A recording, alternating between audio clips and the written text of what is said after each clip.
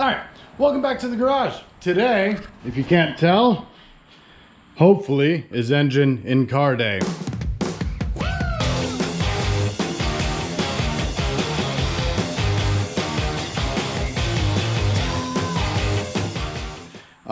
So what I need to do before we actually get this thing stabbed in is put the flywheel, pressure plate, clutch, etc. right there. And then we're gonna take this little section plate, the middle plate thing, dust plate, I don't know what it's called. And then the transmission, which is now fancy and painted. And we're going to stick it on the back of the engine. And then stick in the car. I have the motor mounts right there, bolted in, torqued down, ready to go. And then what I'll do on the transmission is I'm going to take the cross member here off. There's just a couple bolts up underneath. That way there's not so much stuff banging around in the way. Yeah, that's where we are. So anyway, what I'm gonna do is get the engine on the cherry picker off of the actual engine stand, lower it down, and we'll start getting the flywheel and stuff on there.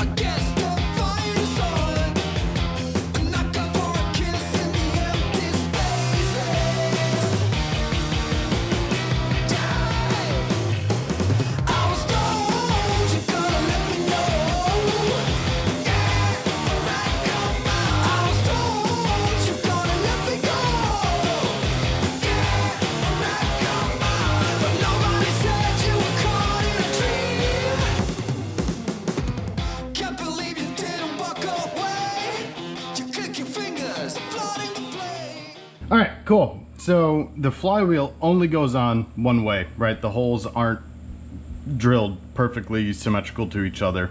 I don't know if you can see that. But next up, what we're gonna do is in this little hole right here, we're going to put a pilot bushing, or pilot bearing, sometimes what people call it. So this one is part number 813802. The external diameter is 1.380, internal is 6.70 or 0.670. So there's a little lip in here, has some needle bearings, and what you do, you put it right there, and then you grab your socket. Make sure you don't hit the inner race, right? You want to smack it on the outside, and they make specific tools for this and brass hammers and whatnot, but we'll just be gentle and make sure we don't hit the inner race. So you go like that, and you just tap it in, and tap it in until it seats.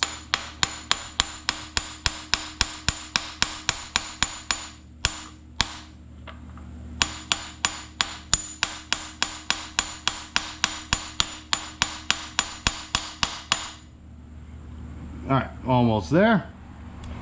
So yeah, so once you get that set in, and then what we're gonna do is we'll go take a look at the clutch. All right, now that we got the clutch, or the flywheel in rather, and then the pilot bearing, next up is let's take a look at the clutch. So I went with the Ram clutch. It's not the 3-finger. What's the other? Well, I forget what it's called. But anyway, it's their HDX part number 88969 Hotel Delta X-Ray. It contains these part numbers, but let's see what it is. What's in here? And if you need it, comes with clutch instructions. So that's nice. QR code.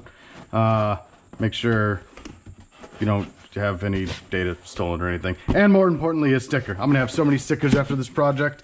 All right, clutch. So this is the actual clutch plate. For those of you that have never seen a clutch before, this is a clutch plate.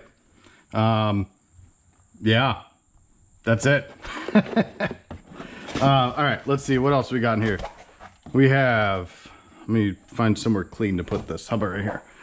That'll work. You don't want to get that all dirty and schmussed up. All right, this is your pressure plate right here. So these fingers right here, That's what your throwout bearing, which I already have installed, presses against, and that's how the pressure plate, oh crikey, that's heavy, separates from the clutch. So your clutch spins in here when the clutch is pushed in, and it grabs on this side, and then on the opposite side grabs on the flywheel. Oh hell, this came with it. Oh, good thing I spent money on my bearing. Oh well, I have an extra now. So, always good, right? Because those eventually go out at some point. Any hooser. And then in here, you have your clutch alignment tool. So this mimics, I don't know if you can see, but the actual input shaft on the transmission mimics that. So it helps get everything lined up. And then when you bolt this in, everything is lined up perfectly. So speaking of bolting in, I need to find out what size bolts I need and go over to my grade 8 selection and find some that fit.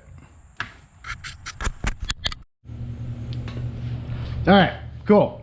So I had to go get some hardware. Needed grade 8 specifically. I didn't have any shoulder bolts that were the correct length, so I went and got those.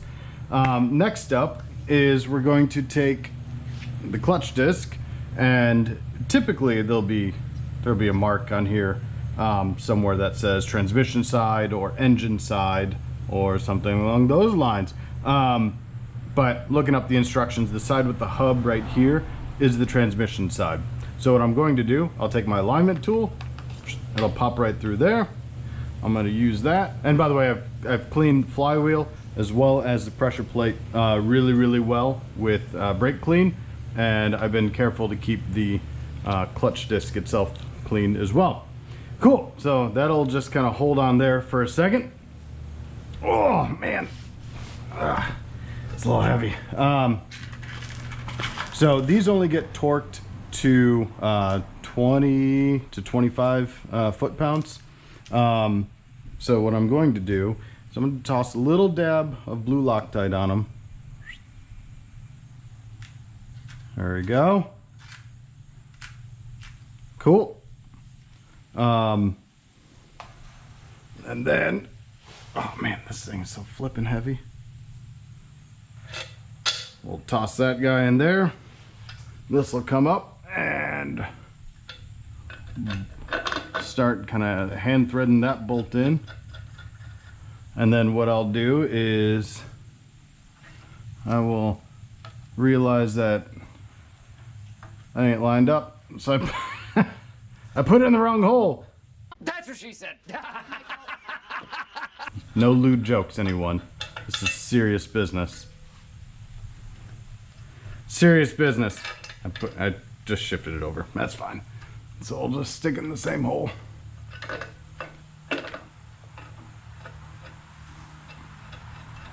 Get a good couple of threads in there.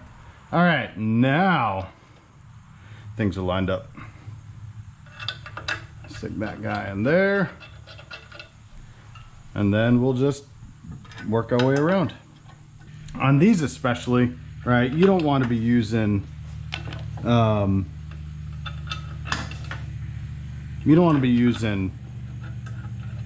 power tools, right? Because it's really easy to over torque these right there. The bolts really aren't that big. But anyway, so I'm gonna get those zipped up, and then we'll get the transmission mounted right there.